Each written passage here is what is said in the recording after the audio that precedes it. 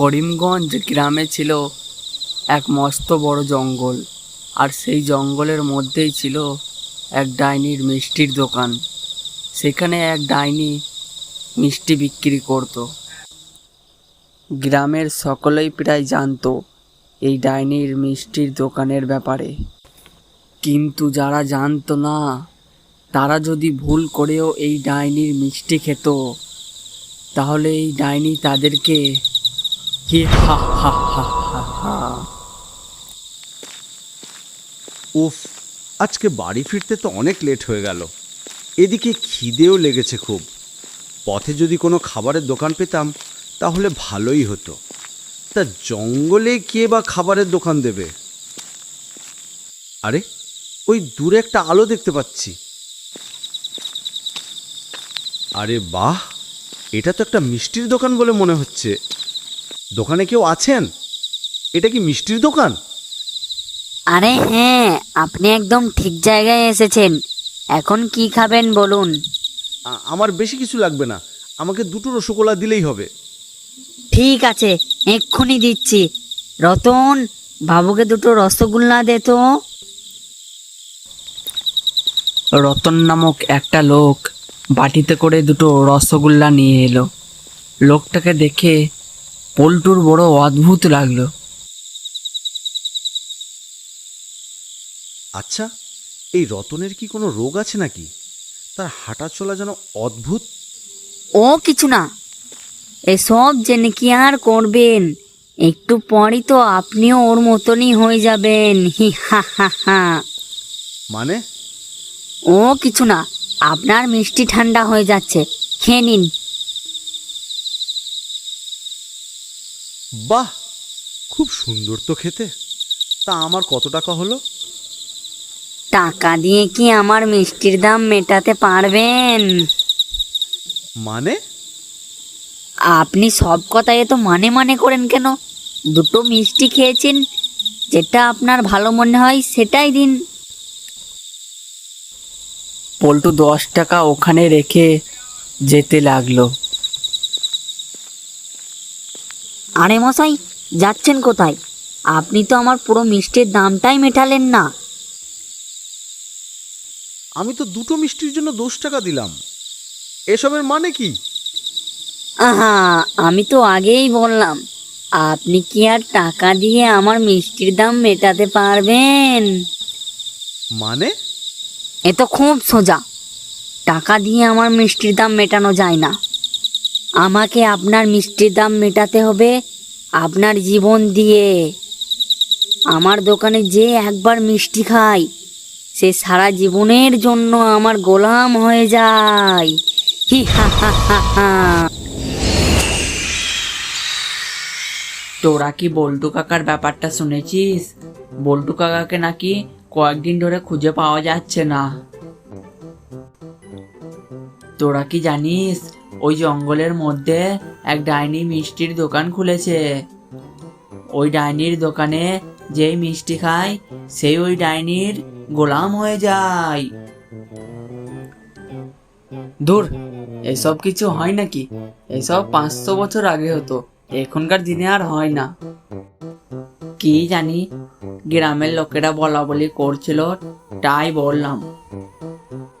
ঠিক আছে, ওই জঙ্গলের মধ্যে যদি কোনো ডাইনির মিষ্টির দোকান থেকে থাকে তাহলে তো ভালোই হলো, ওই ডাইনির থেকে মিষ্টি খাওয়া যাবে। তুই পাগল হয়ে গেছিস নাকি? শুনলি না, যেই ওই ডাইনির মিষ্টি খায় সেই ওই ডাইনির গোলাম হয়ে যায়। আরে আমার নামও বাচ্চু, দেখ আমি কেমন করে বুদ্ধি খাটাই। আমি ওই ডাইনির মিষ্টিও খাবো, আবার ফেরতও আসবো। আজকে রাতেই আমি ওই ডাইনির মিষ্টির দোকানে যাব, আর দেখবো কি করে আমাকে গোলাম বানায়। বাচ্চু তার কথা মতো রাতের বেলায় বেরিয়ে পড়ল। একটু পরেই সে দেখতে পেল সেই ডাইনির দোকান। ডাইনি তার তরতাজা শিকার দেখে সে সুন্দরভাবে তাকে বসতে বলল। আসো বাবা, আসো। কি খাবে, রসগোল্লা নাকি সন্দেশ? কিন্তু আমার কাছে তো কোনো টাকা নেই। দৌড় বোকা, তোর মতো বাচ্চা ছেলের কাছে কি আমি টাকা নেব? তোকে টাকা দিতে হবে না, তুই কি খেতে চাস সেটা আমাকে বল। এটা তো সত্যিকারের ডাইনি বলে মনে হচ্ছে। কেউ কি বিনা পয়সায় মিষ্টি খাওয়াবে? তবে এই ডাইনিকে শায়েস্তা করার উপায় আমার জানা আছে। আমাকে 10টা রসগোল্লা আর 10টা চমচম দাও। এই ছোড়াটা কি এত মিষ্টি খেতে পারবে? ও যদি একটাও মিষ্টি অবশিষ্ট রাখে তাহলে আমার জাদু ওর উপর কাজ করবে না, তাহলে আমার গোলামও বানাতে পারবো না। ও আচ্ছা, তাই নাকি? ডাইনি, এবার তোকে আমি দেখাচ্ছি মজা। এদিকে বাচ্চু অনেক আস্তে আস্তে মিষ্টি খেতে লাগলো, যাতে তার সব মিষ্টি শেষ না হয়ে যায়। এদিকে সময়ও পেরোতে থাকে, কিন্তু বাচ্চুর খাওয়া শেষ হয় না। আর এদিকে ডাইনি ভাবে, ওরে হতচ্ছাড়া, তাড়াতাড়ি আমার মিষ্টিগুলো শেষ কর, আর যে আমার সবর হচ্ছে না। এদিকে তো সকাল হতে এলো, দিনের আলোতে যে আমার কোনো জাদুই কাজ করবে না, আর দিনের আলো আমার সহ্য হয় না। বাচ্চুর এমন আস্তে আস্তে খাওয়া দেখে ডাইনি রেগে বাচ্চুকে দূর দূর করে তাড়িয়ে দেয়। যা হতচ্ছাড়া, বেরো আমার দোকান থেকে, আমার কতগুলো মিষ্টির সর্বনাশ করলি তুই। আরে, আমার এখনো খাওয়াই শেষ হয়নি, আমি এখনো 100টা রসগোল্লা খাবো। এদিকে দিনের আলো সহ্য করতে না পেরে ডাইনি তার দোকান বন্ধ করে দিল। বিনা পয়সায় মিষ্টি খেয়ে বাচ্চু তো সেই খুশি। বাচ্চু কাল রাতের ঘটনা সব খুলে বলল। এসব শুনে তো তার বন্ধুদের খুব হাসি পায়। আমি তো আজ রাতেও যাব ওই ডাইনির দোকানে ফ্রিতে মিষ্টি খেতে। আস্তে আস্তে মিষ্টি খেয়ে একবার না হয় পালিয়ে এসেছিস, কিন্তু এবার কি করে পালিয়ে আসবি ওই ডাইনির হাতে থেকে? সে বুদ্ধি এই বাচ্চুর আগে থেকে জানা আছে, তোকে এসব নিয়ে ভাবতে হবে না।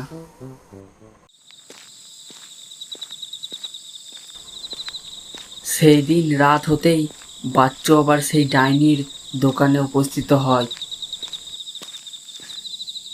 ওরে হতচ্ছাড়া, তুই কালকে আমার হাত থেকে বেঁচে ফিরে গেছিস, কিন্তু আজকে তোকে সব মিষ্টি খাইয়ে আমার গোলাম বানাবো। হি হা হা হা হা। বাবু, আজকে কিসের মিষ্টি খাবা?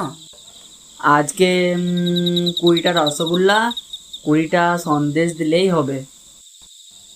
কালকে তুমি অনেকগুলো মিষ্টি নিয়ে আস্তে আস্তে খেয়ে অনেক ভেলকি দেখিয়েছো, আজকে আমি তা হতে দিচ্ছি না। তুমি যদি অতগুলো মিষ্টি না খেতে পারো, তাই আমি তোমাকে 10টা করে মিষ্টি দিচ্ছি। 10টা খেয়ে নিলে আবার 10টা দেব। ডাইনি চালাকি করে বাচ্চুকে 10টা করে মিষ্টি দিতে লাগলো, আর এদিকে বাচ্চুও তার সব প্লেট সাফ করতে লাগলো। যখন বাচ্চুর সব মিষ্টি খাওয়া হয়ে গেল, তখন ডাইনি হাসতে হাসতে বলল, সব মিষ্টি শেষ হলো, প্লেট হলো ফাঁকা। আজ থেকে তুই আমার গোলাম হবি, আমি হব তোর আকা। হি হা হা হা। হুকুম করুন আমার আকা। দুদিন থেকে অনেক জ্বালিয়েছিস হতচ্ছাড়া, এখন তুই সব প্লেট পরিষ্কার করবি, আর যত সব বাজারের সামগ্রীও আছে সব তুই চুরি করে আনবি। যা হুকুম আমার আকা, বলে দোকান থেকে সাই করে বেরিয়ে গেল। আর ডাইনিকে উদ্দেশ্য করে বলল, আমি তোর গোলাম হতে যাব কোন দুঃখে?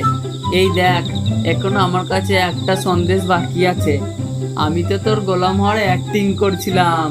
হা হা হা হা, বোকা ডাইনি কোথাকার।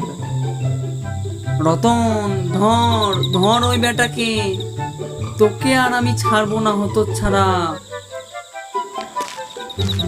ওরে দাঁড়া হতচ্ছাড়া, দাঁড়া, আমার মিষ্টি ফেরত দিয়ে যা। বাচ্চুর সাথে দৌড়ে কি ওই বুড়ি ডাইনি পারে? বাচ্চু এক ছুটে তার গ্রামে চলে আসে। আর এদিকে ভোরের আলো ফুটতে থাকে।